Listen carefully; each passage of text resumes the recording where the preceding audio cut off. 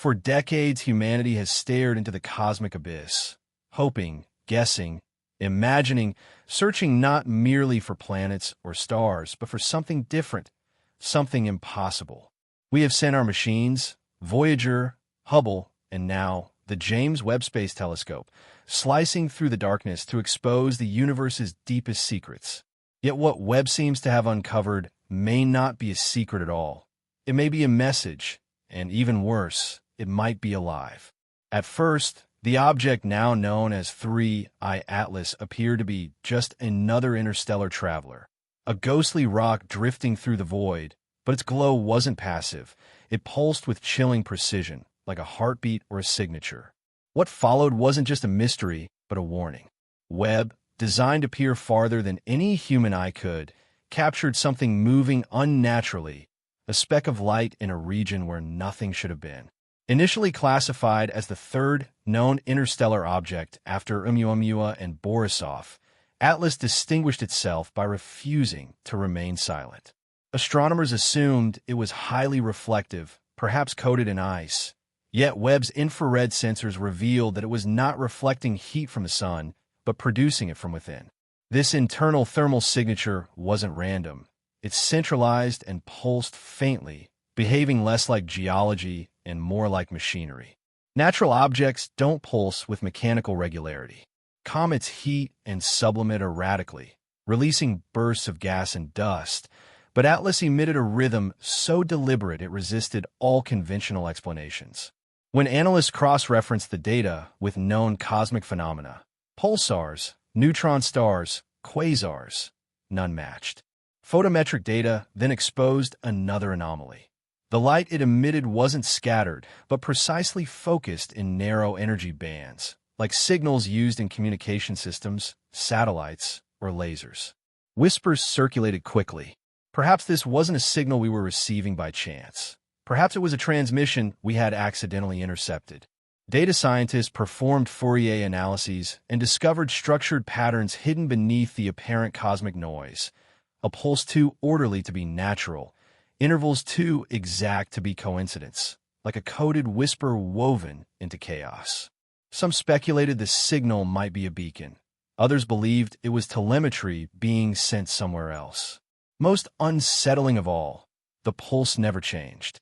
From the first Webb detection onward, it remained constant, unchanged by distance, radiation, or motion. This was not the voice of a dying star or the thermal sputter of a rogue comet. It was something that wanted to be heard, or perhaps something attentive to being observed. Then everything shifted. Without warning, Atlas erupted in a burst of light, its brightness spiking 40% in under 2 minutes. No natural body flares with such symmetrical precision. Thermal readings showed its entire structure heating as if powering on. Moments later, its trajectory shifted, not by random turbulence or gravitational perturbation, but by controlled correction. It was no longer drifting along a natural arc. It was aiming, not exactly at Earth, but near it, aligning itself with the inner planets in a maneuver so exact it couldn't be dismissed. It moved with intention, as though something inside Atlas had awakened. Further analysis by the European Southern Observatory revealed still more disturbing details. Using spectral decomposition algorithms typically applied to detect organic molecules on exoplanets, researchers filtered Atlas's emissions again and found fluctuations eerily similar to biological rhythms, resonance frequencies analogous to cellular behavior. These weren't DNA or protein signatures, but something more fundamental, suggesting the object's emissions behaved like living tissue. This forced scientists to consider two equally incredible possibilities. Either Atlas itself was alive, or it contained something that was. Just as panic began to creep into excitement, the energy readings changed dramatically. The thermal pulse flattened, emissions faded, yet Atlas continued moving with perfect precision. It didn't slow or drift. It simply grew quiet, like a machine entering stealth mode or a creature holding its breath. Some wondered if it was reacting to our scrutiny, perhaps shifting into a defensive state, as if it had done this before, every time a civilization observed it too closely. A cold, silent probe is far more terrifying than a noisy one. And something even closer to home happened. Sensors within Earth's South Atlantic anomaly, the planet's weakest magnetic region, detected ripples synchronized with Atlas's trajectory adjustments. These were not solar flares or gamma bursts, but localized electromagnetic pulses echoing the object's emissions, despite the enormous distance. No comet has ever influenced Earth's magnetosphere in this way. The only logical conclusion was that Atlas's emissions were interacting with our world, perhaps communicating with it. Independent researchers proposed a hypothesis too outrageous for mainstream acceptance, but impossible to ignore. Atlas might not be a spacecraft nor a vessel piloted by something else, but rather a consciously designed intelligence itself, a form of life composed not of carbon or cells, but of plasma, engineered matter, and electromagnetic fields, life that evolved in environments utterly alien to us. If so, Atlas wasn't a visitor, but an ambassador of a form of intelligence that doesn't resemble anything we know.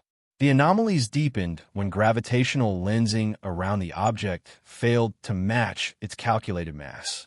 The curvature it created in surrounding space implied something far denser, or something that could manipulate gravity itself. Only black holes display similar distortions, yet Atlas was far too small to possess such mass. Theorists suggested localized gravitational control, not for propulsion, but for navigation, like a submarine adjusting ballast to glide through an alien ocean of space-time. Soon after, a fragment broke off from Atlas and drifted behind it. Initially dismissed as debris, Webb's analysis revealed something astonishing. The object wasn't irregular, but geometrically perfect, with right angles, flat surfaces, and symmetry impossible in naturally formed material. Even stranger, it emitted no detectable heat or radiation. It absorbed light, but didn't return any. It contained alloys with atomic signatures unknown on Earth or in any meteorite. This was not debris. This was engineered. Observatories then detected that Atlas's rotation wasn't random, but encoded. Its spin intervals matched mathematical constants like pi, the golden ratio, and sequences of prime numbers, patterns universally recognized as markers of intelligence.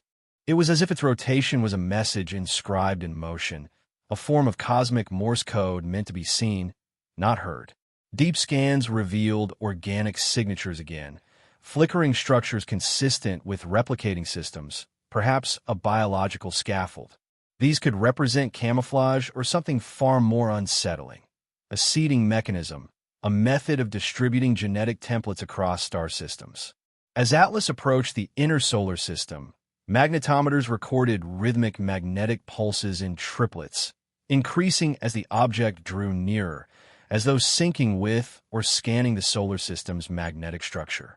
Communication attempts were met with silence, except for a subtle alteration in Atlas's spin exactly 1 hour after the final message was sent, a shift too precise to be random. Intelligence analysts called this conscious non-communication, the deliberate choice to remain silent. Historical sky surveys revealed faint anomalies from 1987, 1998, and 2013 along the same vector Atlas now travels, suggesting it may have passed by before, perhaps looping through the system in cycles. Recent trajectory recalculations showed it was not heading toward Earth or the Sun, but toward Europa and eventually Enceladus, two icy moons with subsurface oceans, both candidates for life. Perhaps Earth wasn't the target. Perhaps life-bearing worlds were. Some began to speculate that Atlas was not here to speak, but to listen, a passive observer gathering data, maybe even over multiple visits. The most haunting revelation came when Caltech researchers discovered that the biological residue trailing Atlas shared structural parallels with Earth's genomic markers, echoes found in viruses, retrotransposons, and ancient non-coding DNA. Not identical, but too suggestive to ignore. It hinted at a universal genetic framework, one that could adapt across worlds, perhaps seeded intentionally. If this is true, then Atlas may not only be a messenger of life, but possibly a contributor to life's origins on Earth. It reframes everything: our history, our biology, our place in the cosmos. And so Atlas becomes more than an object. It becomes a question, a mirror held up to humanity's arrogance and our deepest fears. We searched the dark for stars, and instead found a watcher, silent, deliberate, patient. Its behavior suggests intent, and when the universe shows intent, it means we are no longer alone. Something may have been observing us long before we learned how to observe ourselves, and if Atlas has chosen silence, then the question becomes, what is it waiting for?